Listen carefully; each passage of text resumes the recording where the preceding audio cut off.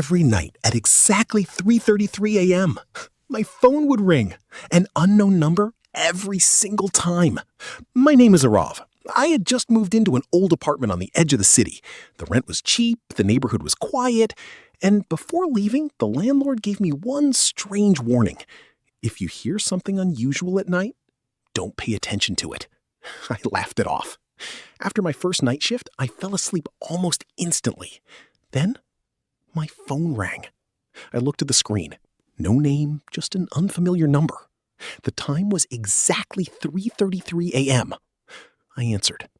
For several seconds, there was nothing but slow, heavy breathing. Then a calm voice whispered, "Don't go to work tomorrow." The call disconnected. I thought it was just a stupid prank. The next morning, I went to work anyway. Around noon, the entire building suddenly lost power. Everyone rushed toward the exits. Seconds later, a massive glass wall exploded behind me. If I had taken 2 more steps, I wouldn't have survived. That night, I couldn't stop thinking about the call. Still, I convinced myself it was only a coincidence.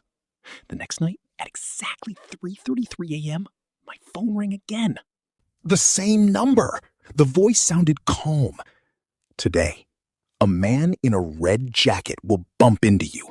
Whatever happens, don't argue with him." The next morning, I stopped at a grocery store. Then it happened. A man in a bright red jacket slammed into me. His coffee spilled across my clothes, and he immediately started yelling. For a moment, I wanted to yell back. Then, I remembered the phone call.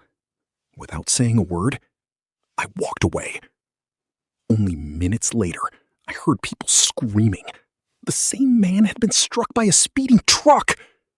My hands started shaking. This wasn't a prank anymore.